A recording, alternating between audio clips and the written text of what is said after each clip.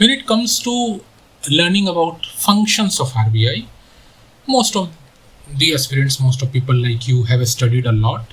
Like, okay, these are the basic functions of RBI. That comes in the static part of your UPSC syllabus. This news article from today's The Hindu is important because in this small article, basically 3 functions of RBI have been given from the current affairs perspective.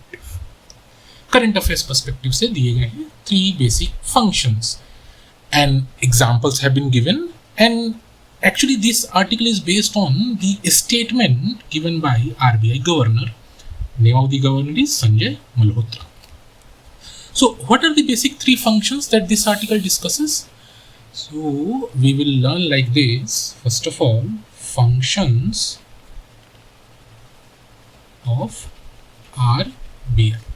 If I ask you to list out the basic core functions of RBI, you will obviously be saying like inflation control, monetary policy, banker to the bank, banker of the government. These are the like very basic things that you must be knowing. We will be discussing in this session, we will be discussing specifically the functions specifically related to this particular article. It highlights the first function as attracting foreign capital.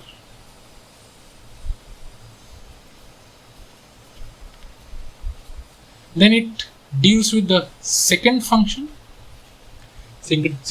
as value and volatility of rupee. Okay. Then it deals with the third function, that is inflation control. Now here comes the important part, that you should understand the basic meaning of these 3 functions and how it is related to current affairs, how RBI is taking up measures to handle these 3 functions. First one is attracting foreign capital. As the name suggests, it is like inflows of foreign currency, right? Foreign currency in terms of remittances, foreign currency in terms of funding, capital investment by foreign countries, foreign companies, MNCs. So if the money is coming from outside world to India, so that will be called inflow of foreign currency. Money is not coming in Indian rupee, money is coming in foreign currency, mostly in US dollars. So to measure the inflow of this foreign currency, this article deals with 2 parameters. It highlights, actually not deals with, this article highlights 2 parameters. First one is foreign currency non-resident bank deposits. So it highlights over here the foreign currency non-resident bank FCNRB deposits. What it means? It means consider it an Indian bank. Bank is Indian, but in that Indian bank, people are depositing foreign currencies, money in foreign currency. For example, NRI posted working in US is sending money to this bank from the US. So obviously the bank is Indian, money will be converted to Indian rupee, but the currency is coming in US dollars. Likewise, remittances coming from West Asian countries like Dubai or from Southeast Asian countries like Singapore or Europe, that will be under deposited, that will be considered as FCNRB deposits. Second one that this article talks about is government securities. This article says that foreign investment in government securities have also attracted more than 7 billion in foreign inflows. So 2 parameters have been highlighted, 2 measures have been highlighted, 2 benefits have been highlighted. Like one is FCNRB, these are basically bank accounts and investment in government securities by foreign people or institutions based out of India. These two parameters actually measure or highlight what is the extent of inflows of foreign currencies coming to India. And RBI looks after these. RBI can take up measures that can promote this foreign inflows of foreign currency. So this is one function of RBI. Second function of RBI highlighted here is value and volatility of rupee. Here this article deals with three basic things. First, it says that depreciation of rupee is happening. That is true, but this depreciation of rupee does not mean that economic fundamentals of the country are weak. Fundamentals weak hai, it is not highlighted by this depreciation. Then why this depreciation is happening? That question will come. So this depreciation is happening, that implies that there is a pressure on Indian rupee. Indian rupee is facing some pressure. That is because this depreciation of rupee is happening. And why the pressure is coming? The first foremost reason is geopolitical tension. Second reason is dollar strength. Dollar has been strengthening. And the third reason associated with this depreciation is volatility among emerging economies. So it is not only Indian currency, all other emerging currencies are also depreciating, though Indian currency is depreciating a little bit on higher side. So these are the basic three reasons highlighted in this article that are considered responsible for the depreciation of rupee. This article also says that RBI does not target any rupee.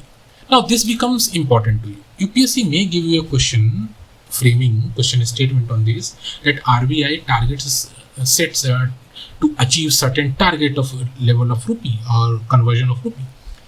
That should be like alarming to you, because there is no target as such set by RBI, and RBI is not targeting anything that rupee should not be depreciated beyond 100 or rupee should not be depreciated beyond 90. What RBI targets is, it targets excessive volatility. Excessive volatility in rupee should not happen. That is the main target of RBI. What does this mean, excessive volatility? Excessive volatility means there is a very frequent change and very high level of change. Suddenly rupee is trading at 95, next hour it is trading at 99. That means there is high volatility because of some sudden inflow or outflow of foreign currencies, forex reserves. So in that case, in that condition, in that situation, RBI may intervene to prevent the excessive volatility of rupee. So these are the two functions. The third function of RBI is inflation control. And it says that this is the primary role of RBI. What is the primary role of RBI? It is to control inflation. You must be knowing the associated facts are like Monetary Policy Committee that seeks to target. What is the target of inflation? 4 plus minus 2% of inflation, and inflation is measured in CPI. So RBI seeks to target, as per the Monetary Policy Committee, as per the rules, as per its empowerment given by the Government of India, inflation should not go beyond this limit. Means 4 plus 2 is maximum limit 6% and 4 minus 2 minimum limit is 4%. Inflation, CPI based inflation, should remain within this band. And to control this, RBI has several tools. What are the tools? Monetary policy tools, CRR, SLR, repo rate. These you already must be knowing. So these are the basic three functions highlighted by this article, which is a very decently written article, and like if you read such kind of articles, it will give you a very good idea like how to connect the current affairs with your static part. Now we have another article we have. This relates to this. You can say this is a Shashi Tharoor article. This is a Shashi Tharoor article. Why it is a Shashi Tharoor article? Because it has been written by the great Shashi Tharoor. This article basically relates to international relations. International relations, basically relations between India and China. How India-China relations are being seen by different classes, different categories of people. For example, business people or the diplomats or the foreign policy experts. So India-China relations. This article highlights two core aspects, two core dimensions. The first one is there are people who say that that for India, China is important. Importance of China. Why they say China is important? They say that China holds critical minerals, right? China holds critical minerals. Then they say that China is very well entrenched in the supply chain across the world.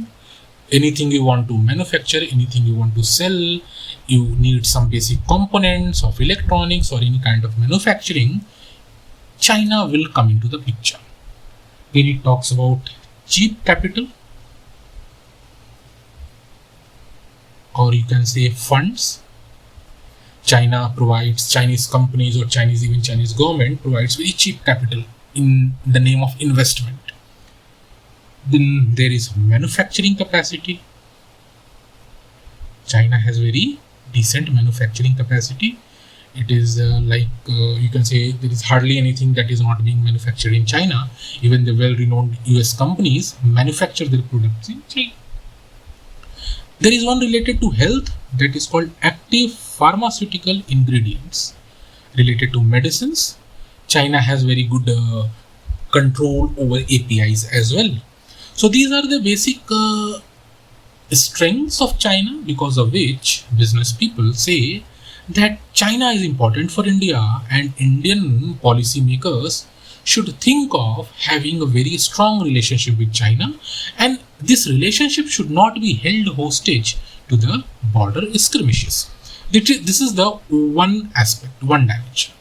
Then there are other people. They say that China is important, but China is getting dominant. So India should make itself immune from this Chinese dominance. Why it says this strand of the discourse says that India should resolve border issues as well. Why so? It says that it's okay, you want to do business with China, you do business, no issues. But you should not only focus on doing business with China. You should also be focused on resolving the border issues. If your borders are not peaceful, if your borders are not tranquil, then this business aspect will not work for you. This is one thought process. Second one is saying economic dominance. If you do full-fledged trade with China, then China will become economically dominant. Like, for example, if you get dependent on Chinese critical minerals, get dependent on Chinese raw materials, if you get dependent on Chinese funds, if you get dependent on Chinese manufacturing capacity, for example, if Indian companies are also outsourcing or putting up all their factories in China, then that will be a kind of economic dominance. China will dominate you economically if in future some situation comes where China can take leverage of this kind of economic dominance, that okay, India is full-fledged dependent on me, so chalo, I will strangulate Indian interests, and that kind of will act as a kill switch. A very good word highlighted in this article, that came in this article, is kill switch. Like whenever, it means that whenever China will wish, it can strangulate Indian economy by stopping the supply of critical minerals, by creating hurdles in supply chain, by stopping the supply of stopping providing funds, right? So these are the basic things that have been highlighted. So such kind of high dependency should be avoided on China. One more aspect that has been highlighted is trade deficit. It says that India is having very huge trade deficit with China. That means Indian exports are larger than Chinese exports to India are larger than Chinese imports from India. That means China exports to India more than it imports from India. So that is leading to huge trade deficit. So this stand of the political thought says that even if you want to have good economic relations with China, you must focus on these aspects. Unless and until you are resolving the border issues, unless and until you are dealing economically in such a way that is not creating economic dominance, unless and until you are not getting totally dependent on China, and unless and until your trade deficit is tackled, any kind of business relation with China will be futile.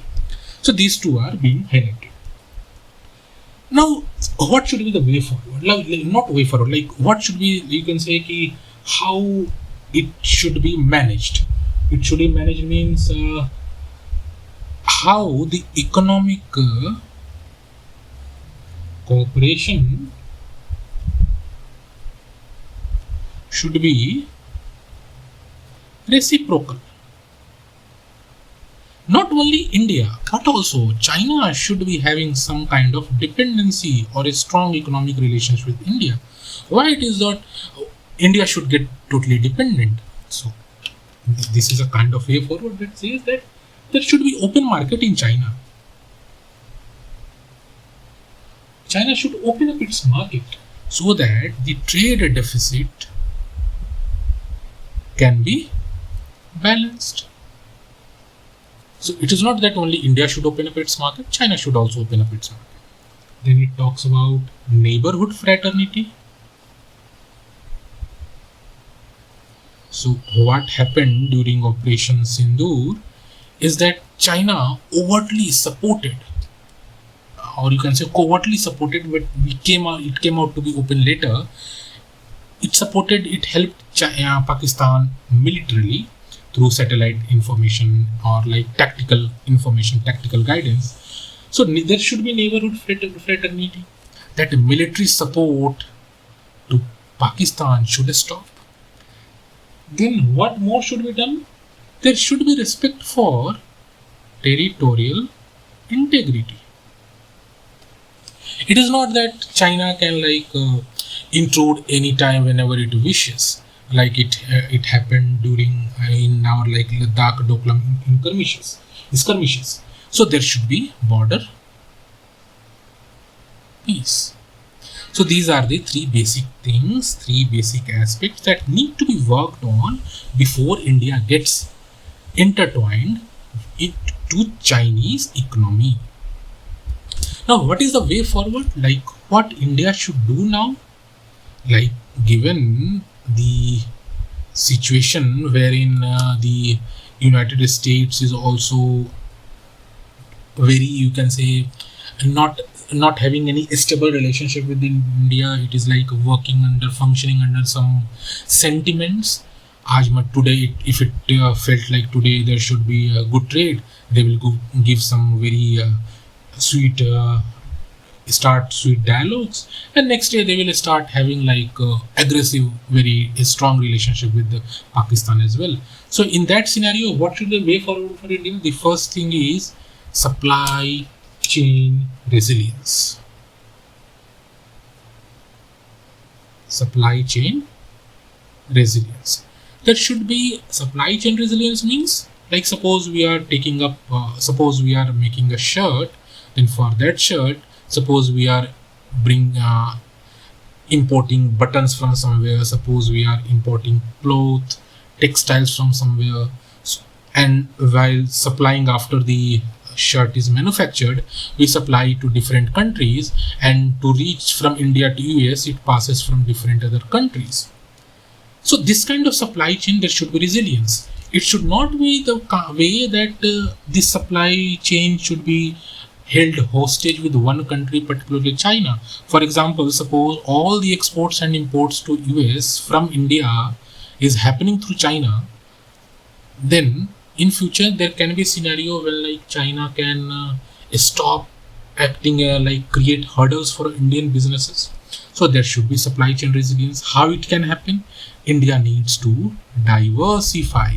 How India can diversify? India can diversify its trade partners.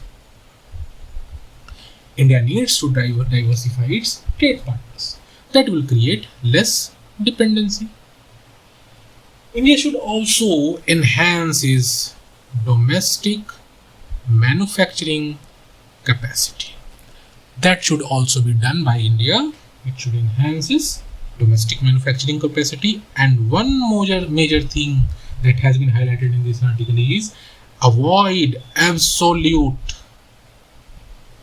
dependence on US, because whatever US will do, it will actually be doing from its own national or geopolitical interests. So India should not be totally dependent on US. So this is the two very basic articles that have appeared in today's Hindu.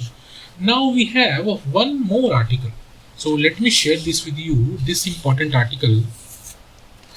This protests have been going on in Delhi, and people were crying, protesting in the name of justice for the youth or paper leaks and whatnot. In that protest, what happened is actually they have put up some demands like resignation of the education minister and all, and in that demand they also asked for compensation. They asked for compensation to the compensation of not less than rupees 1 crore to those nearly 20 NEET aspirants who died, who committed suicide. So to those 20 crore NEET aspirants, families or dependents, the compensation of rupees 1 crore should be provided. That has been one of the major demands of the protesters.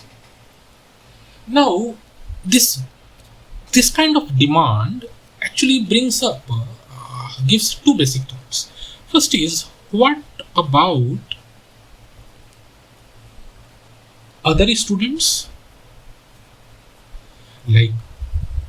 Is it student suicides are happening only among the NEET aspirants? No, there are student suicides among other aspirants as well. Is it the suicide is happening only because of paper leaks? No, there are other factors, other reasons as well. So what about the other students? Do you think of giving or of compensating all those aspirants, all those students? Then what about the resolving the basic causes? Will providing the compensation of such a huge sum of 1 crore rupees, will that resolve the issues, or the basic causes should be addressed? These 2 points actually were not given proper thought by these protesters. It sounds very nice when someone cries that 1 crore compensation, but they did not think about these basic issues. Now, why I am highlighting this is because of this article. So this article, there is a report called Accidental Deaths and Suicide in India, ADSI report. ADSI report by NCRB, National Crime Records Bureau. So this ADSI report, as the name suggests, Accidental Deaths and Suicides in India, this ADSI report by the NCRB gives some very, very raw facts and these facts can open up your mind. What are the basic facts? It says that between 2014 to 2024, between this 10 years, a decade, there was 80% increase in the number of suicides. In 2014, it was nearly 8,000 suicides, but in 2024, it reached up to 14,000 suicides. Just imagine the number. In 2014, it was just a little above than 8,000 students who committed suicide. After 10 years in 2014, the number reached more than 14,000. More than 14,000 students have committed suicide. Can you give compensation to all these students, families of these students? Is it possible to give compensation to all these students? And that also 1 crore rupees. In emotional flow, you may say that, okay, yes, it is possible, but will it resolve the basic causes? I don't think so, that merely forwarding or giving the compensation is a good idea. Actually, we should work on resolving the basic causes that lead to student suicides. So what are the major causes that brings to us? What are the major causes of these suicides? This has also been highlighted in this report itself. Now, this data point page in the op-ed page of The Hindu, most of us, we usually miss it. We don't think that this is important. But let me show you why this is important. So what are the major causes? First major cause is academic stress. Second cause is family problems. Third one, mental health issues. Students, aspirants may be suffering some mental health issues like depression or interpersonal conflicts. Then there are financial stress. So these are the 4 basic causes because of which students are committing suicide. Academic stress means you can say considered failure in examination, fear of failure, of not meeting the expectations of their parents or known people, and that is putting students under a lot of stress. This report says that nearly 20% of all the student suicides is associated with this one reason, that is called academic stress, and the remaining from the other 3. Just think about this. 1/5, like 1 in every 5 suicides is happening because of this academic stress. Then there are issues like family problems. Maybe there is conflict with the family members. Mental health issues, there may be depression, there may be interpersonal conflicts. Another very important reason is financial stress, cost of education or coaching. That my neighbor, the child in my neighborhood is getting a coaching of IIT or NEET or UPSC by spending 2 lakh of rupees. That creates unnecessary pressure, and the other family also, which is not well-to-do family, that also it tries to invest such a huge amount of 2 or 3 lakh rupees in coaching. So that ultimately brings this financial stress. By going through this data, this report, this data, we should think that merely giving compensation is not sufficient, and we should focus on addressing these core causes of why students are committing suicide. Protest, debate and discourse should run on resolving the major causes. But to say kya hai, people won't get popular. Like suppose if people are talking about resolving the causes, they won't get popular. So they choose some lofty demands. Popular hona hai logon ko, to they will choose some lofty demands. What kind of demands? 1 crore compensation de do isko. मरने वालों को 1 crore compensation. सुनने में ही बहुत अच्छा लगा. Okay, they are asking for 1 crore compensation. तो सुनकर लगा कि सही तो बोल रहा है, the protester is right, compensation should be given. But when we look into the reality, why to compensate only 20 people? Why not compensate all the 14,000 people? And when you think from this perspective, then you will think that resolving the issues behind the suicides is more important than merely giving the